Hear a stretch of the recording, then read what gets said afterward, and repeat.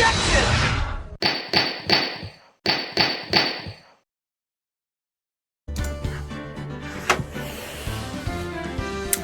And we're back because I realized I'm really bored and have a few hours before I have to go to work, so I thought, why not? Also, yes, I'm in the same outfit as the last game I played, I believe. Just so we have a little clarity of why I usually wear the same outfits every time you see me. Work. That's why. Because I have a very specific look I like to have at work, and I have a set amount of outfits, and they get washed, and then I wear them again. So it's been a couple days since I finished playing the first game, and I ended up back in this outfit today. I noticed that when I was editing the last video, is that my outfit was constantly, like, repeating. Different ones, but repeating, and I was like, yeah, I've been working a lot, so I'm not really getting to wear my non-work clothes. And even when I have a chance to wear my non-work clothes, I'm lazy, and I'm just like, I'll put those two things on. Alright, anyway. Yeah, we're gonna start Justice for All. Episode 1, The Lost Turnabout. Yes. We'll see how this is. Kinda looks like I have a tie. Huff. Huff. Grr, how did I get into this mess? You did something stupid? That's far enough. You can't run forever. Mr. Phoenix Wright. Are we dreaming? What have I done wrong? I cannot allow you to go on like this. But I'm just a simple defense attorney. Silence. You are no longer worthy of your title. Smash. And he wakes up. September 8th, 9:08 a.m., District Court, Defendant Lobby, number 1.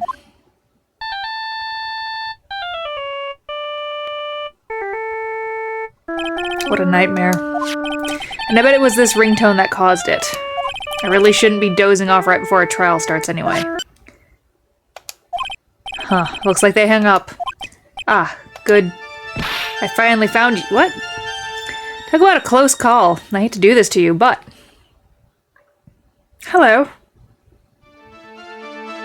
It's nothing personal, Mr. Attorney.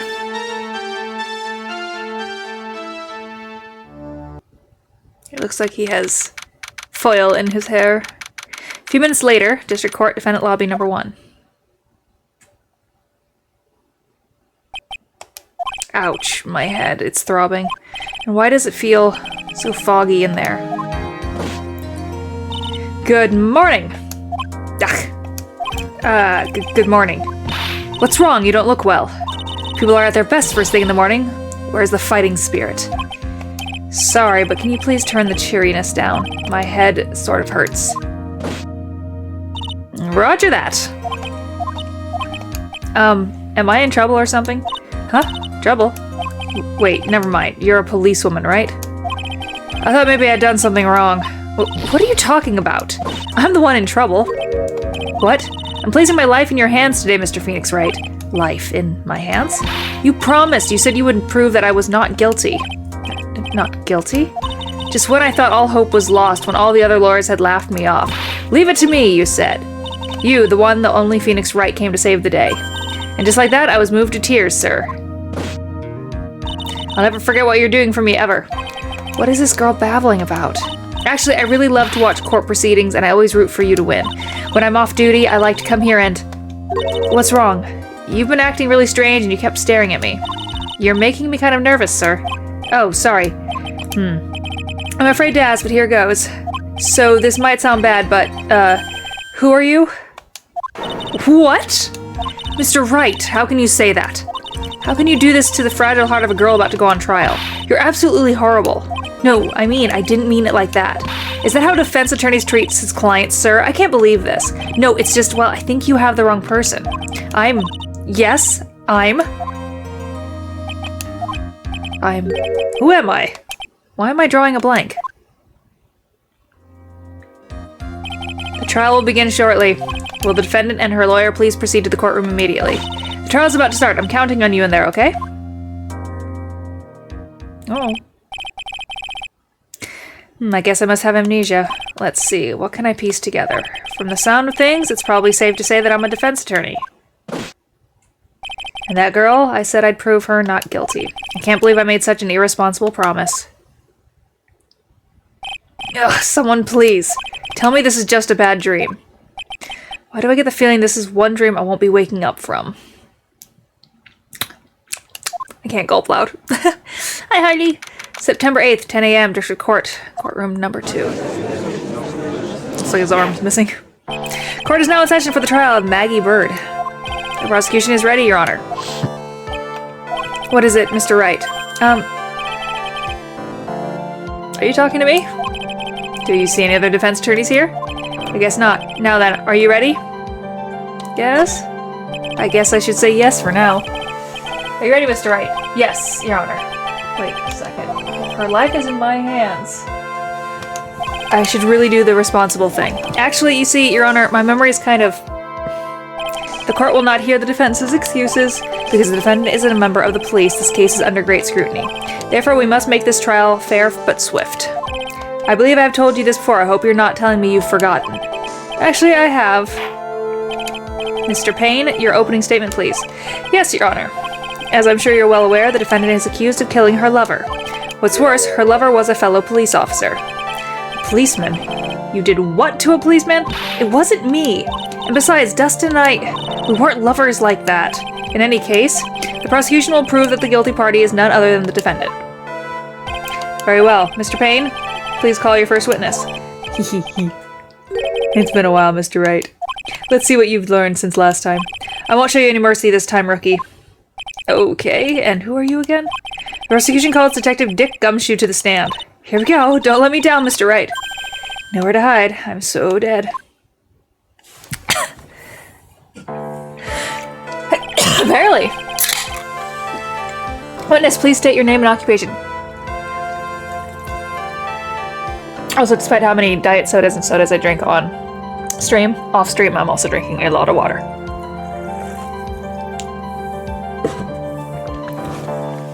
Witness, please state your name and occupation. My name is Dick Gumshoe, sir. I'm the detective in charge of homicides down at Precinct, sir.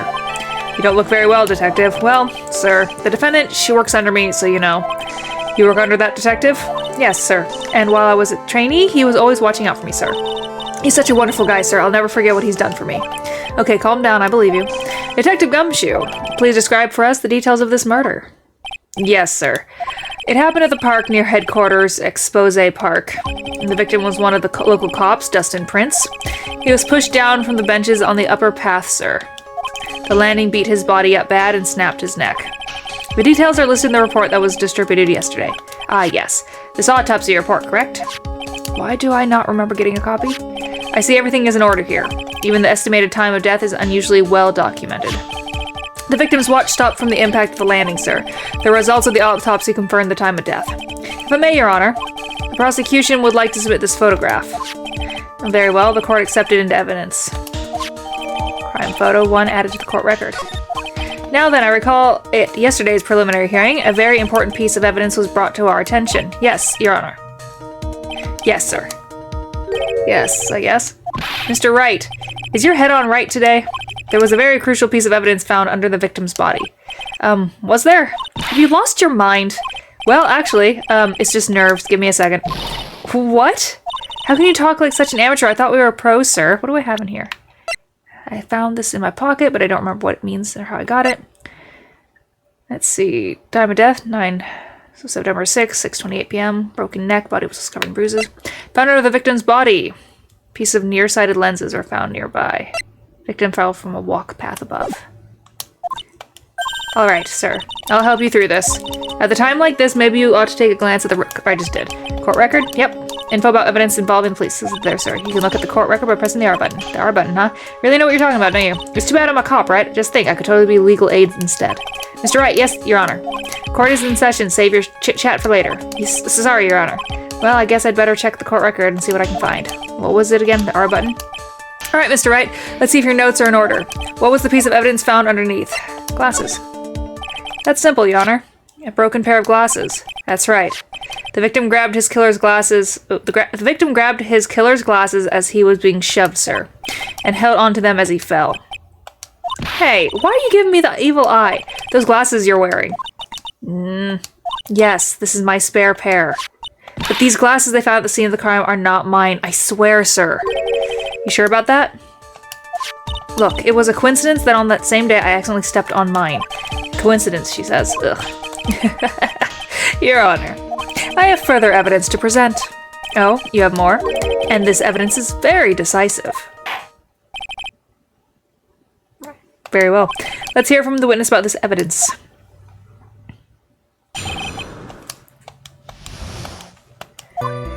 There's something even more incriminating than the glasses under the victim's body, sir.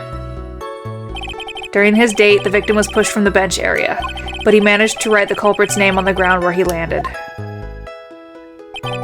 I don't like saying it, but it was clearly the defendant's name, Maggie, sir. With this piece of evidence and the glasses, it's hard not to say she's the culprit. Or he just loved her and wanted to write her a note. This is a picture of the writing, Your Honor. Why, this is. Yes, I can see your name is clearly written here. The prosecution would like to submit this picture. Understood. The court accepts it into evidence. Photo of the area around the victim's hand. As if the glasses alone didn't make you look suspicious. The victim even wrote your name clear as day on the ground. But I already told you those glasses aren't mine. And how do you explain this dying message? It's a conspiracy. I'm not guilty, sir. Mr. Wright, you may cross-examine the witness.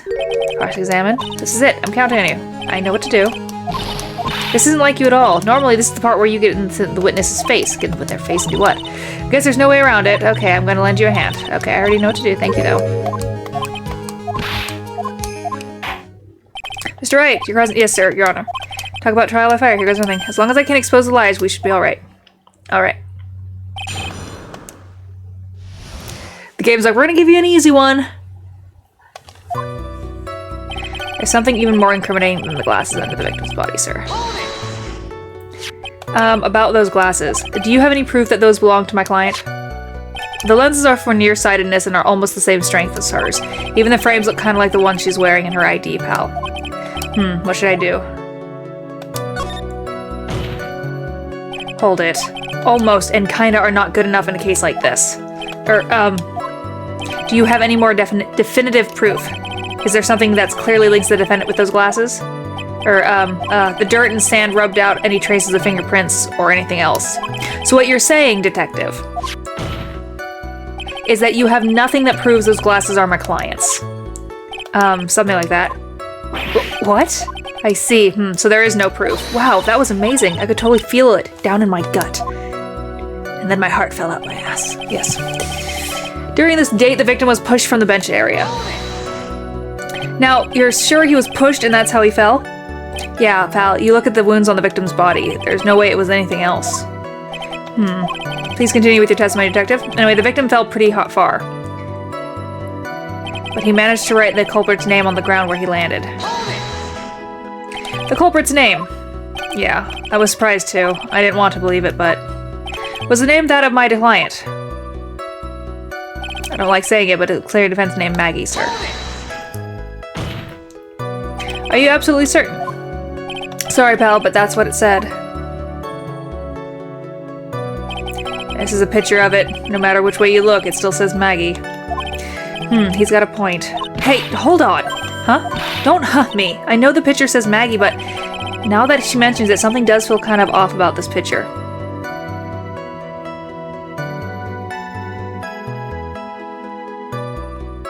That looks like he was gonna keep writing. That's how you know you found a contraindication. Now please hurry up and present some evidence. So that's what spotting contraindication was like. I'd better check the court record again.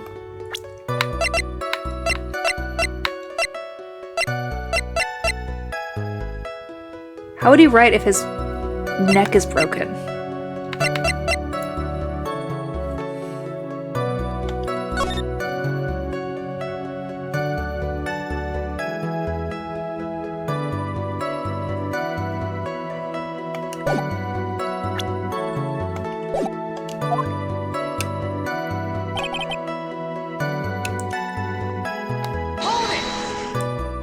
And you are certain that it was the victim who wrote the name on the ground?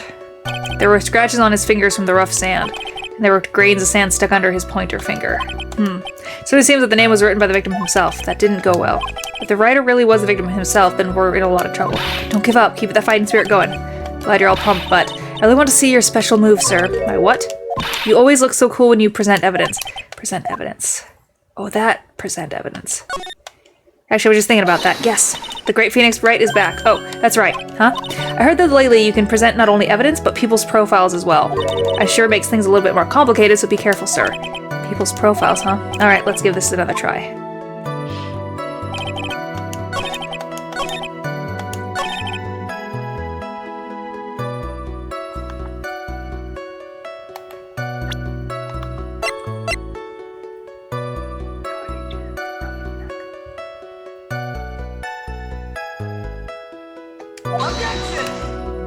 Nope, not that one.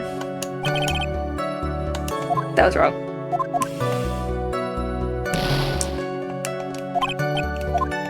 If his neck is broken, though, I can't write Maggie.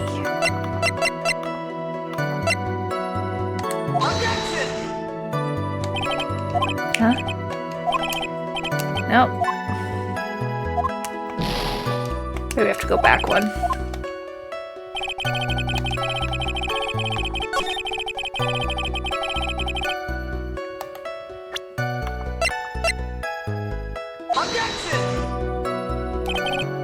Nope.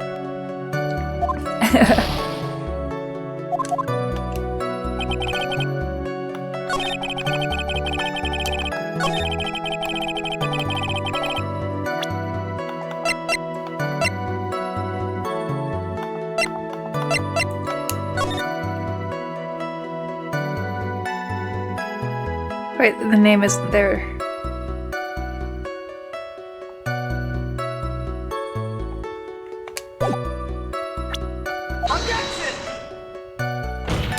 I lost that one. I might have to lose this one before I can actually win this one.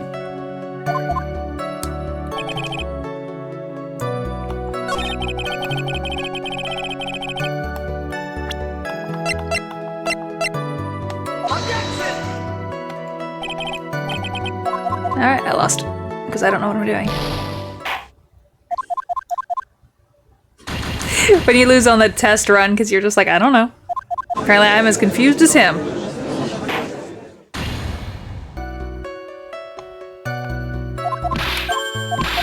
So we know it's going to be on that one. So we know it is on the photo, that specific one. And then...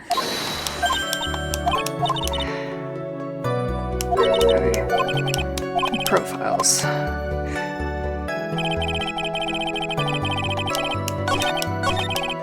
Okay, so we know this is what the contradiction's going to be on. And I did all the items. So... profile? Oh. Okay. That was easy. Yeah. Gonna have to remember that because it's gonna be a while, but yeah. The name is spelled different.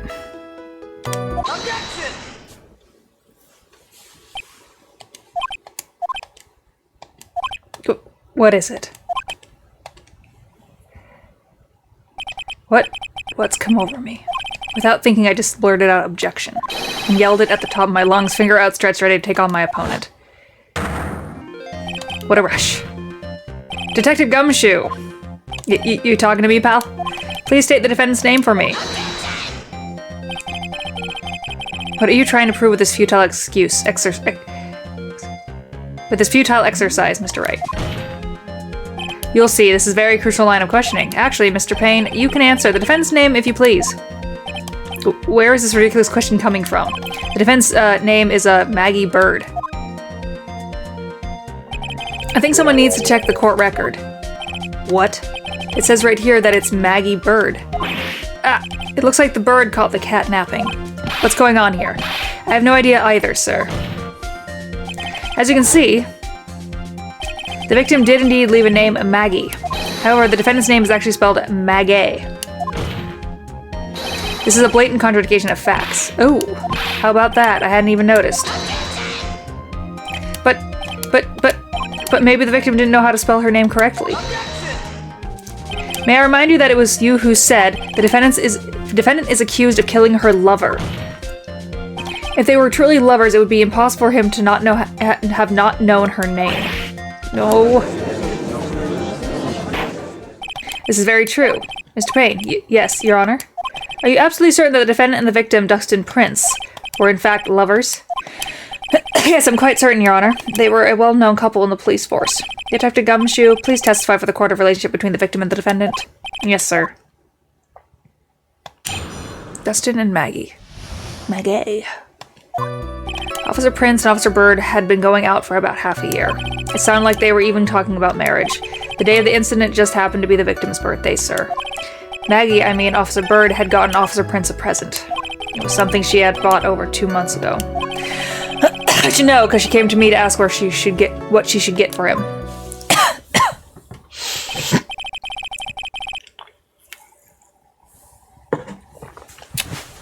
Oh, those two sound like they were close. Nevertheless, tragedy struck. Yes, I see. You may cross-examine the witness, Mr. Wright.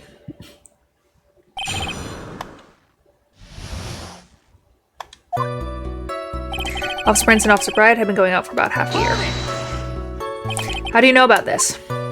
Every year in March, we have training camp for us cops. Officer Bird was a rookie at the time, and she and Officer Prince seemed to hit it off.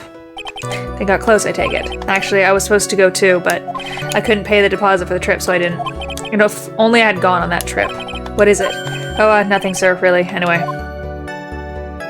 It sounded like they were even talking about marriage. Marriage? But wasn't the victim 8 years older than her? What? You saying a guy's gotta marry someone the same age as himself, pal? No, that's not what I meant at all. Detective Gumshoe and Dustin were only a year apart, you know. Ugh, I think this fella has a ways to go before marriage. Mind your own business, pal. The day of incident just happened to be the victim's birthday, sir. The day of the incident, you mean September 6th? Yeah, the victim, Officer Prince, had just gotten off duty at 5:30 p.m. that day. And since Maggie's night shift hadn't started yet, they went to the park for a bit. I remember when I was young and in love. Oh, it was a jolly time. That's great, Your Honor. I'm glad you're such a cheerful old man. Maggie, I mean Officer Bird, had gotten Officer Prince a present.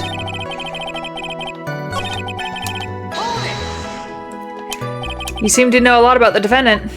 Well, that's because I'm her boss and I've got to watch out for my subordinates. But even what she was going to give as a present, isn't that going a bit too far? Hey, pal, watch what you say. I know everything that happens under me. If someone so much as scratches their... I really don't need to know that much. Mr. Wright, please refrain from badgering the witness. Oop. I agree. Even if this witness has a crush on the defendant, that should not be the point of discussion at this time. Whoa, wait a second. Why are you talking about this? It's all your fault, pal. You're guilty, guilty, guilty. I should have you arrested. I think the good detective is about done here.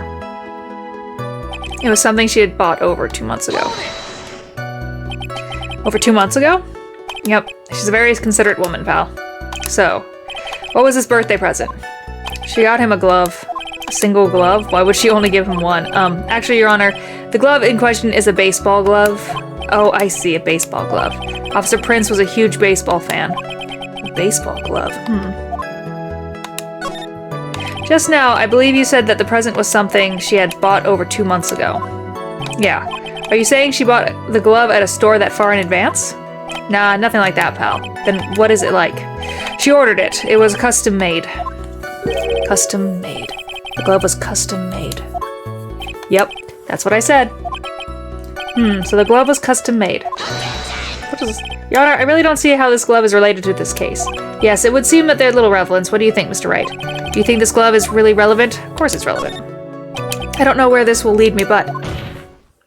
Of course it's relevant. That glove is the key to this whole case. Yes! Bluffing to the max. Now, this is the Mr. Wright I know. I'm so happy you're back, sir. I was wondering how long it'd take. This is great.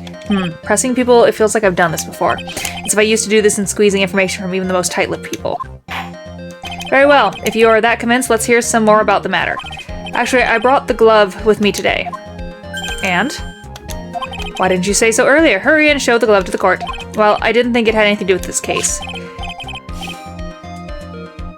Anyway, this is it, sir. It's, Rather yellow, isn't it? Baseball glove added to the court record. Officer Prince really liked the color yellow. And that's why you had to special order it? Yep, that's right. That and one other reason. I think this court has heard enough.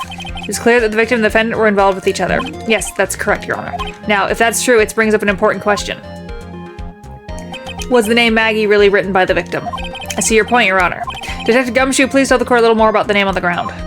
Yes, sir. Writing on the ground.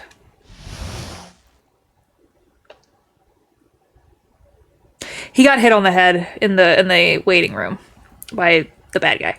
Writing on the ground. We first looked into the handwriting. Unfortunately, we couldn't confirm that it was the victim's handwriting. Next, we checked the victim's pointer finger. We found that there was sand trapped under the victim's nail. There were also scratches on his skin that were caused by him writing on the ground. From this, we could confirm that the victim wrote this name with his right hand. But the glove was for his left hand. It actually was. Yes, a perfectly logical conclusion. Now then, Mr. Wright, you may cross-examine the witness. Thank you, Your Honor.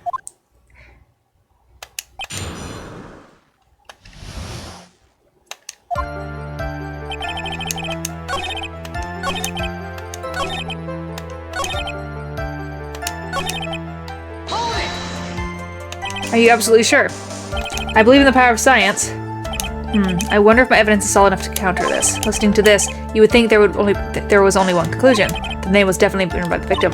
But don't you think that would be really strange, sir? If Destin really wrote that message with his right hand, do you think I would have gone through that much trouble to get him this present? The present. What about it?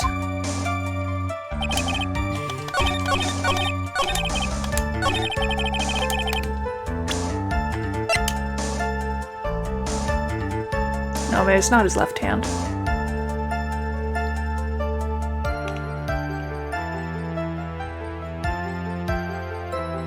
Oh no, it would be his right hand because they'd throw with their dominant hand, wouldn't they?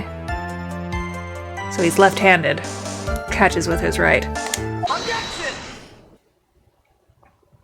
I don't even know much about baseball. Take a look at this.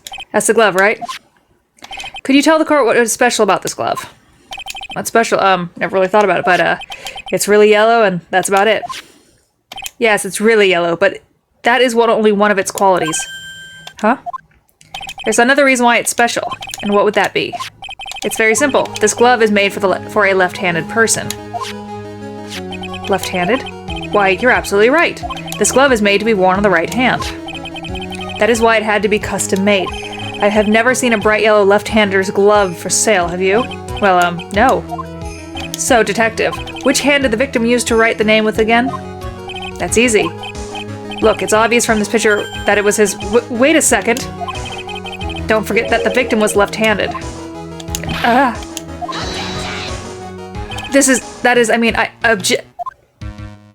Overruled. Mr. Wright, I would like to know what your line of reasoning proves. There's only one conclusion that can be drawn. A left-handed person could not have written a message with his right hand. Well, I mean, he could in the sand with a big finger. It's not that hard. But I get where they're going with this. The person who wrote the name Maggie could not have been the victim. Order, order. When you think about it that way, then yes. It is not possible that this name was written by the victim himself. Guys, this is not pencil writing. Technically, yes, you could write with your opposite hand for that. Maybe not if you're doing cursive, but you could definitely go 1, 2, 3. Like even I can do that. And, well, I'm ambidextrous, so maybe that doesn't count. I don't know. Maybe I'm wrong. Then that means Maggie is... No. No, it's not possible. Mr. Payne. Yes, Your Honor. The evidence that prosecution has presented has failed to prove the defendant's guilt. In fact, I believe you have proven her to be innocent. No. Oh, right. You did it, Mr. Wright. Phew, I feel like I can breathe again. It seems that we have reached the conclusion. I want to... Later on YouTube, people watch this and they're like... You did a fine job once again, Mr. Wright. Me, Your Honor? Oh, well, thank you, sir. You got complimented by the judge again. You're really good. And that's why you can't give up being a lawyer, sir. Are you joking? I'm more than ready to retire. I will now announce my verdict. This court finds that... No, not yet. I mean, please give me a few more minutes, Your Honor. What is the meaning of this, Miss Payne? The prosecution is not finished yet. What do you mean? We would like to call our next witness to the stand. What? And what did this witness witness? The moment the victim was pushed to his death. What's more, he saw the very face of the culprit. What the heck? Order in the court. I believe a recess is in order. Afterward, we will hear from the new witness. I had a feeling that was a bit too easy. I need more information. I'll have to see what I can find out during the recess. I can't let my guard down. It's only going to get tougher from here. Court is adjourned for recess. To be continued.